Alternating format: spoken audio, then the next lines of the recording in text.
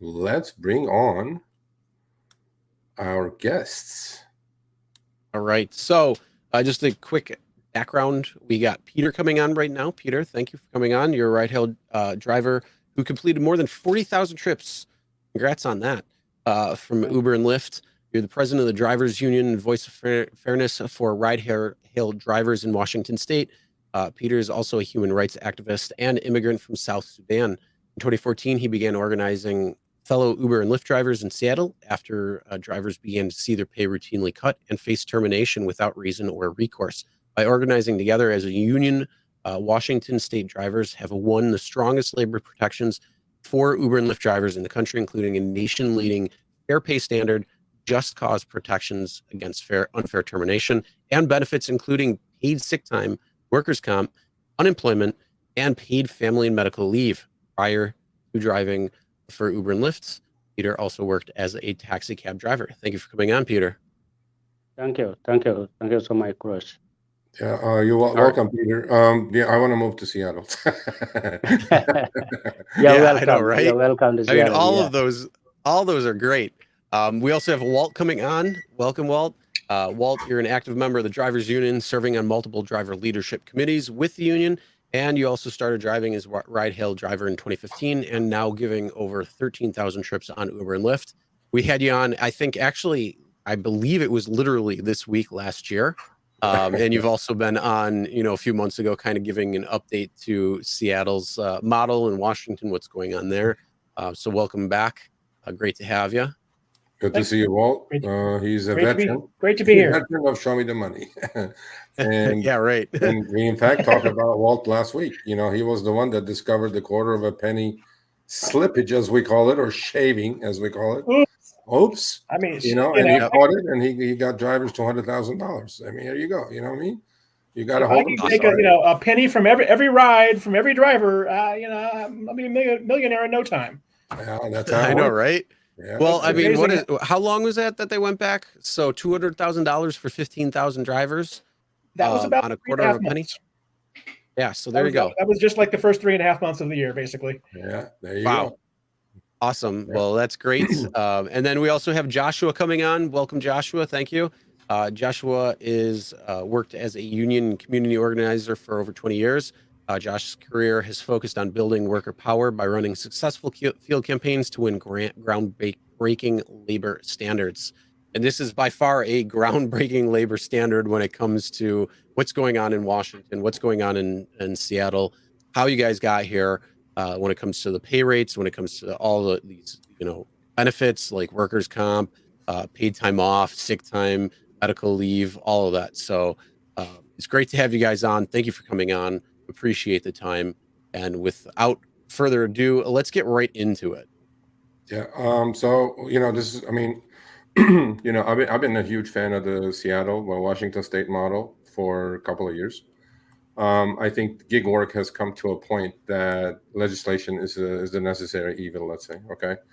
I'm not a huge fan of the government. I don't like government getting involved in my business, but at some point, fairness has to come into play. And I think what the country is experiencing with upfront fares, which you guys don't have up there, has to stop. I mean, it's just becoming just silly gamification, gamblification, algorithmic wage discrimination. We don't need any of this. We just don't need it. And we're also worried that it's going to infiltrate in other, businesses, regular W-2s, because that's what these companies want to do. Now, but before we get to where we got to today or how we got to today, I want to hear from each of you short, how it all started, right? Did it start at the city level? Did it immediately go statewide? What your individual roles were, from the first meeting that maybe two drivers met, maybe Peter met with another driver, said, I have this idea in my head. We should form a drivers union in Washington state. I just want to hear all of it. I want to hear how it started and then how it accelerated, what was done for it to become a grassroots kind of a campaign. And then legislatures got involved, obviously with the help of Teamsters, a union. And then what Walt's, job was, or what Walt's input was, and Peter's and Joshua's, and all three people, from what I know, were at the negotiating table when Uber and Lyft was at the table negotiating these rates and rights for drivers. And I just want to hear all of it so we can transfer that, or we can amplify your voices, because I personally am going to do anything and everything I can in my power to push this model throughout the country. And so And with all that, floor is yours. You guys can pick who it's wants to start, and go ahead. Yeah, well, it started with building a driver-led union, and then working in coalition with other partners, not just the drivers. And then when we had to relentlessly focus on driver demands, so that we made sure we were listening to the people who were out there who had the concerns. And then the fourth point was we wanted to know our opponent, because Uber and Lyft, they'll use every trick in the book, and I know you've seen it here and there. And you have to expect the unexpected and prepare for it. And then the last point is we had to do things step by step. We had to get concrete improvements and then build off of those. And each time we gained something, we got more power to get to the next step. So it wasn't like, building Rome in one day. We had to really just sort of build off it, and we still are building off of it, because the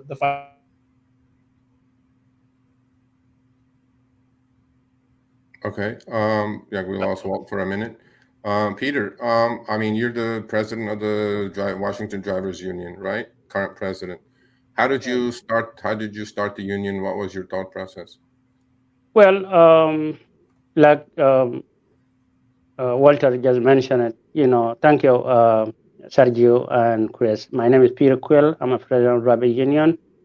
And you mentioned already my biography. I don't want to go there. You say a lot. Thank you. Appreciate it. When we started, actually, we were drivers. I was originally a cab driver.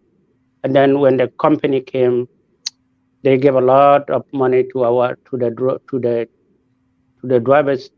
People moved from taxi cab company to Uber. We moved, all of us, and then we see the decline in the next 2 years. That was 2012, 2014.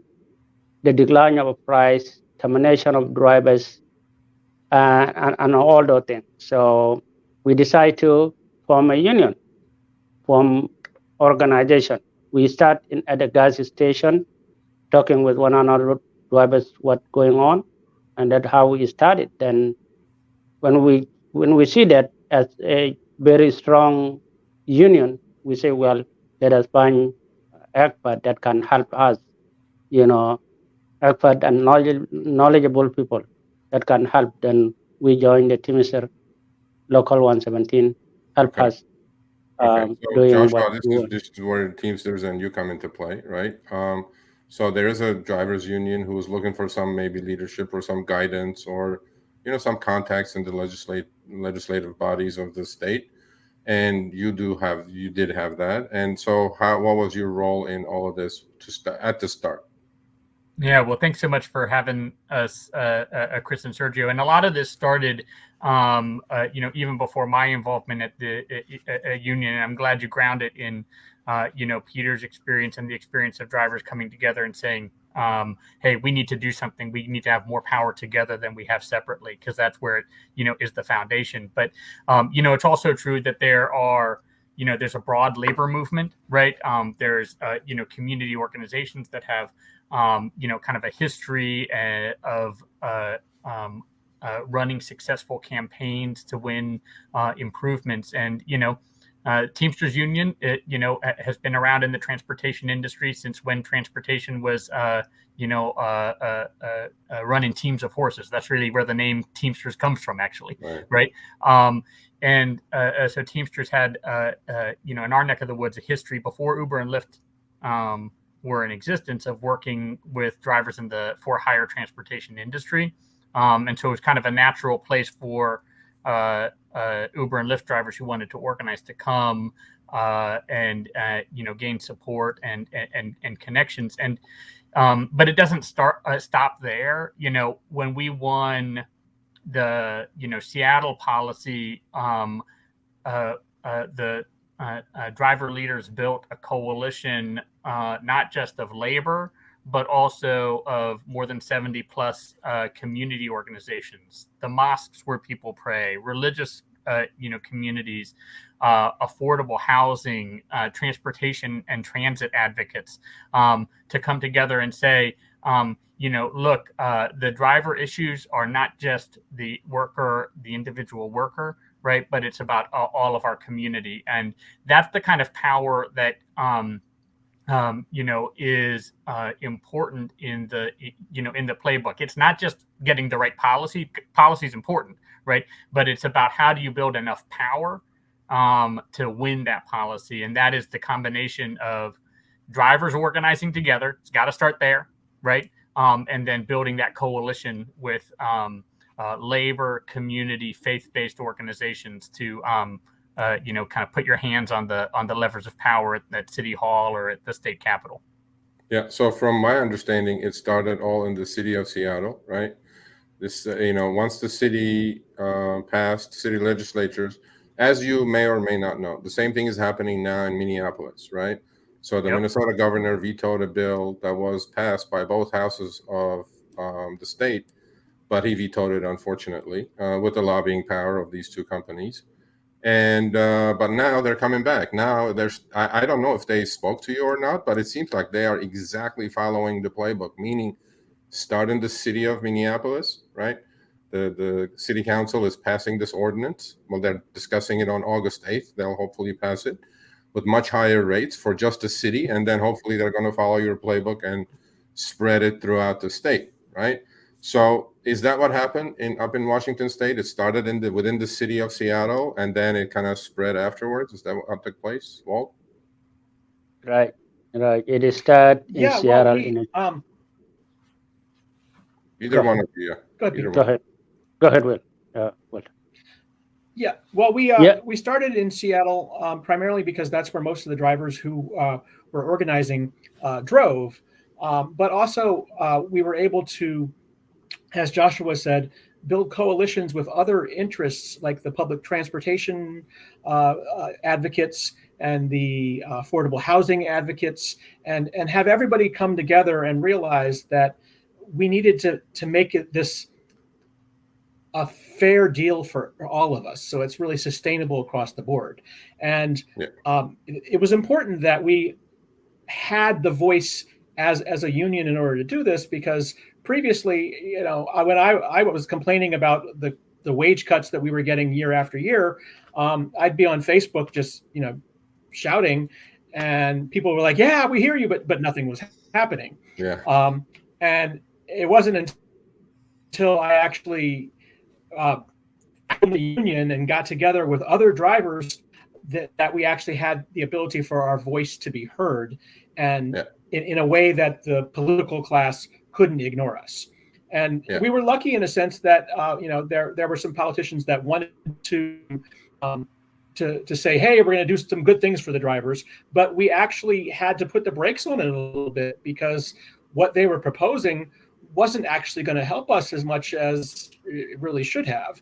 So we were able to stop them and say, "Hey, our voice to back you in this process, you got to make sure you do it right." Yeah. So Peter, so you started with this union idea, Washington Drivers Union, right? And then you're starting in city of Seattle. You obviously you're a veteran driver. You know how many cuts you've been through as a driver, right? As far as fare cuts is concerned. And I do see this quite often in the driver community. Everybody talks a lot, but when it comes to doing stuff, nobody does anything, right? Everybody is pissed off that the rates are low. There's unjust deactivations, there's this, there's that. But when we're trying to put a group together, they all disappear. They all run like headless chickens to all the corners of the world. I'm like, look, this is not a game we're playing. We're playing against Goliath. We have to have a united voice, right? How did you accomplish that, Peter? How did you bring all these drivers together? Because I sure know from our audience that there are a lot of people who are pissed off. If they could jump ship tomorrow to another company that does it better, they would do it in a heartbeat, right? Because the dissatisfaction rate is very high right now in the driver community outside Washington State. So how did you bring all these drivers together, Peter? What did you do? Because I want to do it. I mean, it's like, but then I can't. Yeah, you're right, Sergio. It's kind of like tough, but when you have a commitment drivers, you have a way to do it. The way we used to do is we have a bank calling. We call all the drivers. We have the list when we meet them organizing. We take their name, their phone, their email, and when we plan to have a event or anything we want to do, we just go to all those phone numbers and call them, all of them, that we have an event on this day, and let us meet at this time in this location, especially Seattle, and we meet. We have that meeting, we have that rally, we have all what we want by calling all of them. And not only calling matter, but we go to where they gather. We have airport, we have a lot of drivers, like more than 200 drivers. Yeah. Sometimes go to 300 drivers. So we go to them and talk to them, hand them flyers, and we talk to them one-on-one. And another thing, we go to the gas station where they gather. When they take a break, they want to get a coffee or use a restroom, we go to them and tell them, hey, we have a event like this, we have things like this, we go. And mostly the community drivers do that job. It was not easy, it was a tough. And on the road, some drivers also say, oh, you take too long. They want to get out. Yeah. But the people who continue doing it, we are able to bring all of them. Yeah. So there's Because- power in numbers. We know that, right? But then, power in numbers is not something Uber is going to care about, or Lyft is going to care about, or the legislatures are going to talk about or care about until they have some sort of gain out of it or whatever it is, right? Because you have to have the ears. You can have all the ears in the world to listen to your problems, but then to bring legislation or do something about it takes more than just getting drivers together. So I feel like, the Teamsters had something to do with that. So Joshua, how did that process work? Like this transition from a driver union, Washington Drivers Union, coming to you guys, and then, because I want to understand the process. Now I clearly understand. It was like a grassroots kind of a, phone calls, door to door, basically getting drivers together, get the voices out there. And then now we have a united voice. And now we want representation. So was Teamsters, were you guys the one that was the representatives of this voice? Yeah, well, I mean, I think it helps to have a coalition. It helps to have institutional, backing, a political program, and neither of those elements by itself is going to do it, right? Without the engagement of drivers themselves, putting the demands on the table, putting the action, and being relentless and being, persistent. Because, remember, and not that this has to be the same way in other places, right? Because there has been some model built, there's been some, ground, plowed, but we didn't win the first time around, right? We passed a collective bargaining law in 2015 in the city of Seattle that got held up for, in court by the U.S. Chamber of Commerce, at the behest of Uber, right? And so when we look at what's happening in Minneapolis and the veto from the governor, right? What we say is, hey, we've seen this, before. That setback is just a step along the road to victory. Right. Yeah. Because all of the driver power that got organized, and you've seen the photos and the videos and everything of, drivers in the Capitol. Right. It put a demand on the political establishment that needs to be reckoned with. Right. And now it's coming back at the, city of Minneapolis. And, this playbook, whether it's in Seattle, whether it's in Minneapolis, whether it's in Chicago or other places. Right. The combination of driver power and institutional coalition power from organized labor and community is the recipe for building power. But and I know you'll get into this. It doesn't stop there. You still have to know your opponent and what are the tactics and strategies that they're going to play, right? Yeah. Because they're not, silent partners in this whole effort. I mean, absolutely. I'm sure they rejected the idea initially, right? And then, how was the process of getting them to the table? Because I know Walt has told me in the past that, they threatened with a Proposition 22 like situation up in Seattle, and they said, if you guys don't this, we're going to do this. But I'm sure they had something to say about it as well. They didn't just, kneel down in front of drivers or unions and said, oh yeah, we accept these great rates, we'll give you all these benefits, right? So there was a process to get here. So legislation was passed in the city of Seattle. It lasted however long it lasted. And now, how do you take that from a city level to a statewide level? So whoever wants to take that on, you guys can do that. And I really particularly am interested, since you all were there at the table, what did Uber come, or Lyft come to the table with? What were their rates? What were their proposals? I want to talk both sides about that, like how those negotiations went. Any one of you. Well, Peter, I mean, you may want to, dive in on this, but I mean, on the first day that the pay rates increased in the city of Seattle, drivers said, wow, this is great, right? We're getting, increased, time, distance, et cetera, right? Now it's $1.50 a mile. It's, 64 cents a minute, right? And then on day 2, the driver said, hey, but what about my trip outside the city of Seattle? The airport's outside the city of Seattle. What about when I go down to Tacoma? It's only half an hour away or whatever. So it's that demand of now it's time to expand our pay, and our rights and our protections, right? Came into play. And so that was the, the launching pad for, the expansion, statewide to go to the state capitol. And, I don't know, Peter, Walt, if you, I'll want to comment on that piece of it. Yeah. It's kind of like drivers were motivated when the law of the Seattle went to effect. The driver got a protection, in the city of Seattle. And also city of Tacoma, as long as you pick up in Seattle, you get a protection. As long you come from Snohomish County, you pick up in Seattle, you get a protection. That one was a motivated factor. And also the pay raise in Seattle, that was limited only to Seattle, was a motivated factor. So it led to all the drivers to unite. How about if we go statewide? It will be good. And also the sick pay that we get 2020 during the COVID was for Seattle. But as long as you pick up in Seattle, you work in Snohomish or Pierre County, you get a sick pay. How about if we go out and make it as a statewide demand for all the drivers in Washington State?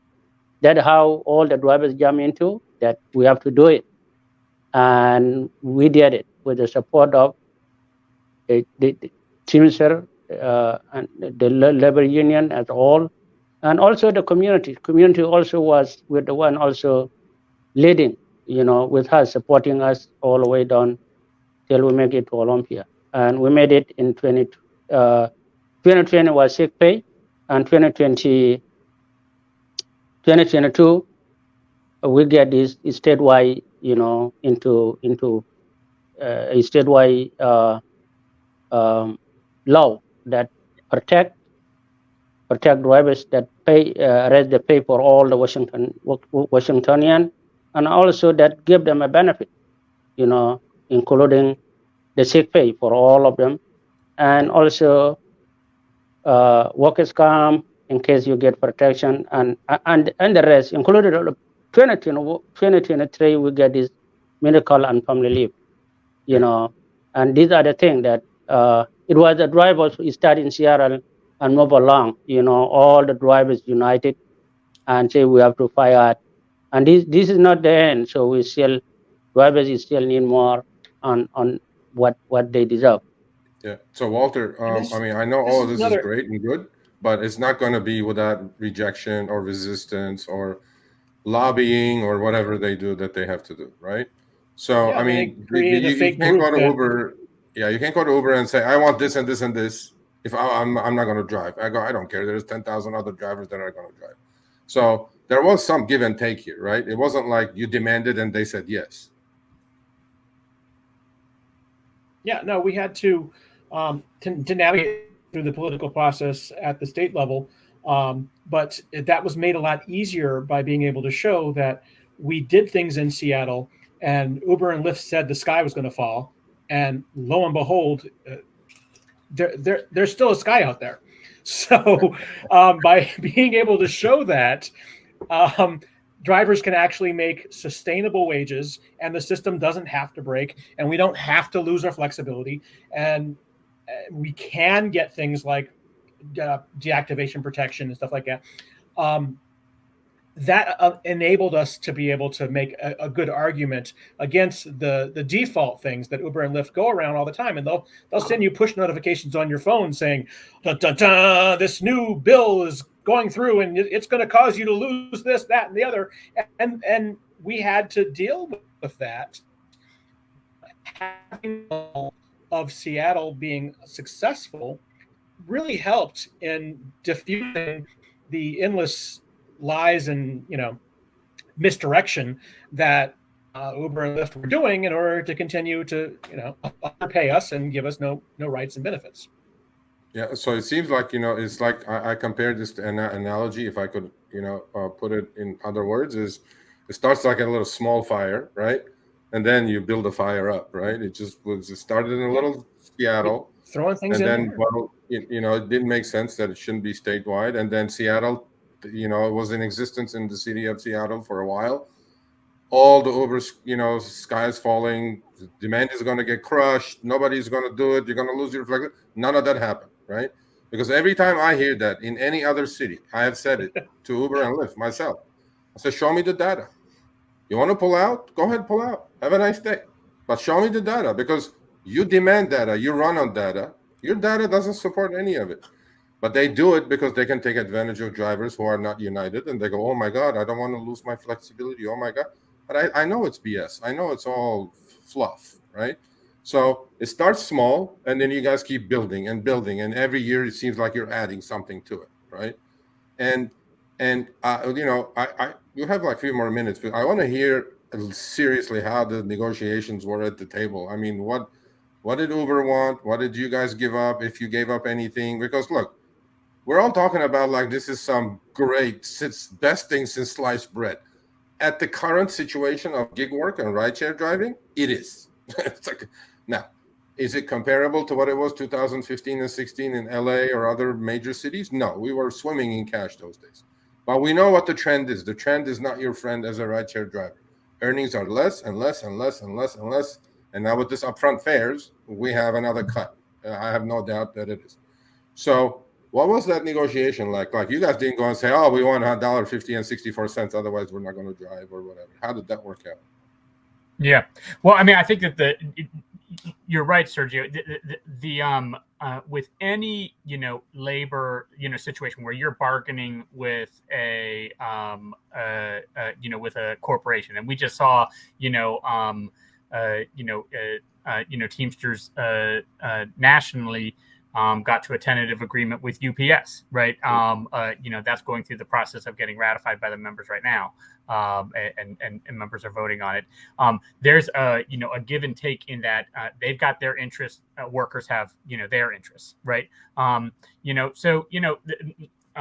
company saw the success of the union drivers in the city of Seattle and saw that playbook was going to go from city to city to city to city, right? So of course, one of their interests as a company, it's not surprising. They said, well, if we're going to get beaten city by city by city, maybe we should have a statewide framework that we can at least talk about some of the details on, right? And so there is that kind of sometimes you don't even call it negotiation, you call it advocacy back and forth, because you're advocating with the lawmakers on the political process, right? Yeah. But I mean, even under the statewide framework, there is now a negotiation. We started by talking in 2015, they held up collective bargaining in the courts, right? Yeah. Under Washington state law now, they are required to negotiate over their deactivation appeals processes with the union, right? Yeah. And those negotiations are happening right now. Of course, they have their their priorities. They don't want to have anybody questioning what they do. They don't want to pay a driver that they wrongfully deactivated, right? Yeah. Drivers have a different set of priorities. Yeah. So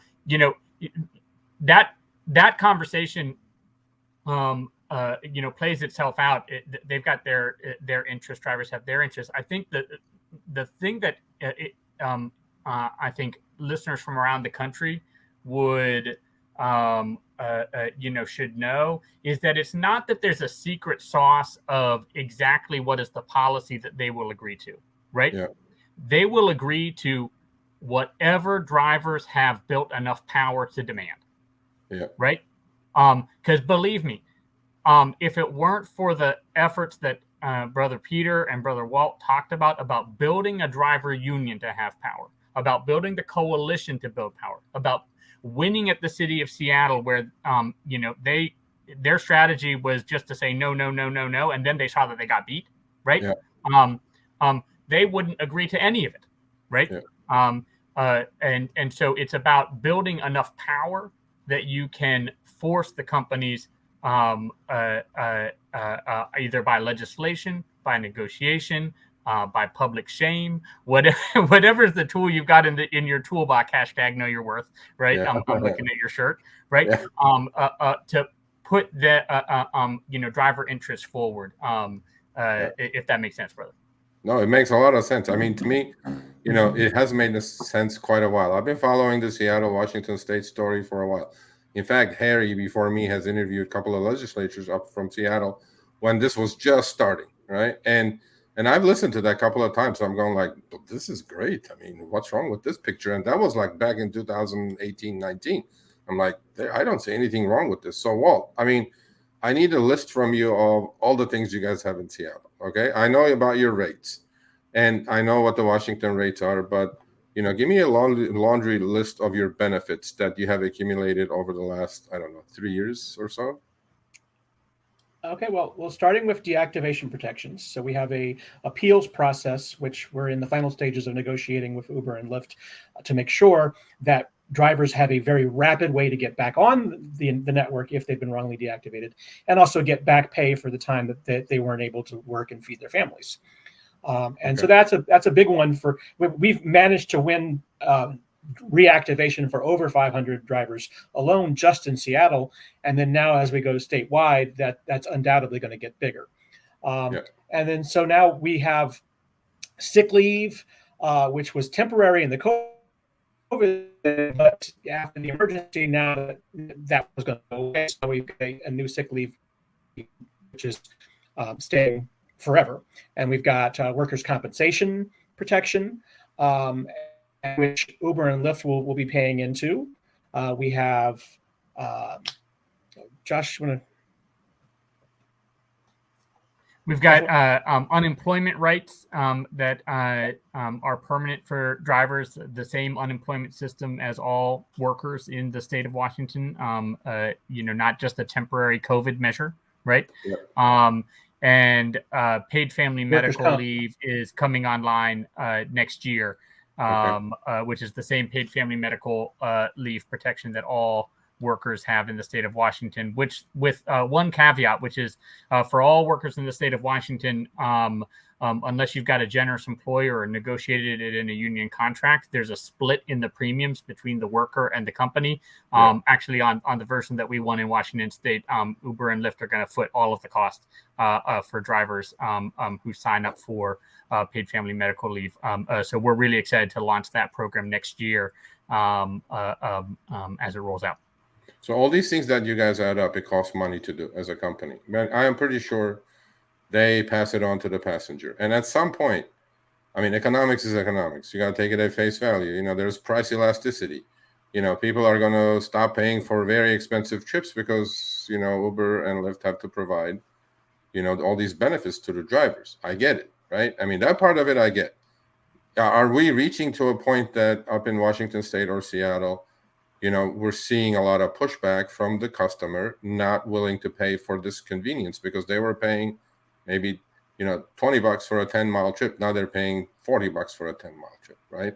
Because I know that Uber and Lyft will pass all of it on. They're not going to lower their take rate. They're not going to lower what they're making. And do you guys worry about that at some point there may be some pushback and business may really die or collapse and people just use public transit again? Or I'm just being the devil's advocate. I don't know. I'm just asking. Well, I mean, Yeah. for this to work, it has to be sustainable for everybody. Yeah. And so, yeah, I mean, if passengers will only ride on the platform if they can have it be subsidized by somebody else, well, then these are people who should find something else. I mean, they're public transit for a reason. But, uh, you know, so far, we haven't found that people are not willing to pay fair amounts. Prices have gone up, but usually not because they have to pay us. It's just because Uber and Lyft are gouging. If you look at the Taylor Swift concert that just finished, I have screen caps where you could take a 3-block ride that for $45 to $50, and they hadn't put any pricing in yet for the drivers. So I'd have made the Seattle minimum $560, and they were charging $50. And then when they finally did get a surge price in there, it was like $8. But now it was $60 to go 1 mile and $120 to go 8 miles. Yeah. And so you're giving me $8 more and charging the customer $80 Double. more? That doesn't, Yeah. Okay. All right. So, I'm going to give you each one more minute because, as I said, I'm going to be in touch with you guys. You guys are going to teach me a lot more before I go make a fool out of myself in front of some legislator, because I really am believing in the system and I think it's possible. And I'm not saying what's done in Washington State or Seattle is possible in, some small town in Arkansas or wherever it is, right? Every city has their own cost of living, increases or expenses, whatever they are, and they have to have different rates. But ultimately, the goal is the same, right? Better earnings, more rights as independent contractors, or whatever they want to call us these days. And add on to these rights. Let's not build Rome, like Walt said, in one day, but let's just add on. Let's start somewhere, though.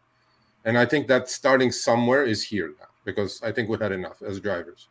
So, I will speak to Peter, obviously pick his brain, how he started his grassroots campaign. I mean, I'm always in touch with Walt and Josh. Now I'm going to be talking to you about, all the ins and outs of the backroom negotiation tactics and whatever you guys do.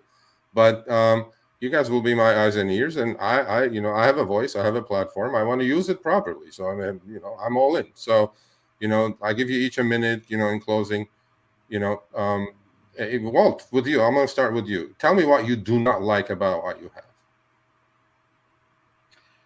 have. What is your complaint? I guess because look, as rideshare drivers, as if I know one thing about rideshare drivers, I could pass countrywide buck 50 and 64. There will be something complaining. Somebody complaining again tomorrow. They'll be complaining. My complaint is twofold. I don't want to be the best. I don't want to have the best situation in the country. I want somebody else to beat me so that I can get better. Because I mean, yes, we've solved some problems, but we have other things that we still need to get better on, like the Uber XL and the more premium situations. What they're making is maybe a fraction of a penny above what the regular Uber X makes, because Uber doesn't want to pay any more than they have to. So we have more things that we have to try to see if we can improve on. And one of the ways that we're going to do that is, if Minneapolis and Minnesota can get strong laws, then we can look at them and say, hey, look, we need some of that too. And each of the jurisdictions can build off of each other and help us move forward. And, I can't think of anything negative in a system that now pays me something that is fair, and it gives me benefits and protections that I didn't have before. It's a win-win. Yes, more drivers have been, flooding into some areas in Seattle, but in this line of work, you always have to sort of shift where you are and move around and go where drivers are and go where they aren't and figure out the sweet spot. And, for those of us who just want to sit in our living room and press cash like the good old days, well, things are more competitive. But you can. I agree with you. I can't think of why we wouldn't want to have sustainable wages. Yeah, I agree with you on that one, because a lot of people are going to say, oh, there's been more drivers on the platform because it's paying really well. My attitude has always been, even when there are not enough drivers, it was like quantity over quality is not my thing. I'd rather do one trip for $50 an hour than do 4 trips for $50 an hour. That's it. So to me, it fits my style anyway. But I thought maybe you would have. But what you said is not a complaint. It's like what you're trying to achieve. That's like, Peter, do you have any complaints, buddy? When you, it's like, do you have any complaints with what you guys have up there before you leave? Yeah, well, Hold first on. of all, this is an amazing show. I would like, before I go to that, I would like to shout out my legend, the pirate that been fighting with us since we start. I want to shout out for my friend Dan Curry and also to Sukshen and many of the drivers here in Washington State. They did their best. I'm so glad we have this guy in this state, and we are so happy with them. Yeah, I'm going to learn a lot from you, so I'll be in touch with you because I if and when Prop 22 is gone, I want to do the same thing in LA and then go statewide. But we'll see how that goes. Look, Sergio, you are invited on September 28th. We have a big tourist celebration here in Washington State. I love the RideShare. I want you to come and see what we are doing. And we talk more about all this. So you are invited. Mark it in your calendar, September 28th. You know what? I may take you up on it because one of our contributors lives literally next door to Walt in Bellingham, Washington. His name is Zach. And, he does deliveries and he does videos for our channel. So, I may just shack up with him up there for a couple of days and visit you guys in Seattle. So, hey, hold on. I'll be in touch with you on that one. How about you, Joshua? I know. I don't know. Do you drive, or are you just in the background, or? Not me. I leave it to the experts. But I mean, you talk about what are the complaints, and you're right. Spend 60 seconds with any driver, they'll tell you 20 things that need to be done, right? So we've got a survey out that's that's going on right now with the driver community. What do you want to win next? And there's no shortage of ideas, right? And that is, I mean, it comes down to the point, right? That you build. It's like taking steps up a ladder, right? You start with this one and then you work on the next one, right? And look, these companies, Walt said it, talk about Taylor Swift. They'll charge a customer $120, pay the driver $30, right? There comes a time when you do have to talk about the fairness of the rider and driver coalition that what's a fair amount for a rider to be charged? They sold dynamic pricing to all of us, not on the idea that they'd pay Wall Street shareholders more or Silicon Valley executives more. They said, we need to sometimes raise your price to get driver supply to give you a shorter wait time, right? Yeah. So, there's a lot of issues still to work on. And what I know is, the history of, decades and decades and decades of worker struggles. The type of work that people have may change. They might call it the gig economy today. They'll call it something else tomorrow, right? But a fundamental principle remains the same, is that when workers come together, they have more power to make changes than when they're separate. So,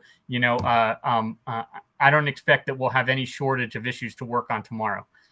I'm so thankful for all you showing up. I know we had our technical glitches or not, but, like I said, I'm going to push with everything I have, about duplicating this model to a point in every city and every state of the country where to get rid of this upfront fares disaster that we have. So everybody deserves to earn a sustainable living. I don't care where you are. We all do. I agree with you 100%. So Peter, much love. Joshua, Walt, thank you so much. And, we will keep, hitting your doorbell, and we'll keep asking questions, and, we'll have you on again. And if there's any changes, you guys will come on and tell us what the changes are, what the additional benefits that you receive for these drivers. I'm all in. So let's do it. And again, thank you so much for coming on. When we fight, we say, when we fight, we win. So let's keep fighting. That is our slogan. Yeah. I'm with all that. Again, thank you so much, guys. Much appreciated. Thanks a lot. I appreciate it. Love, brother.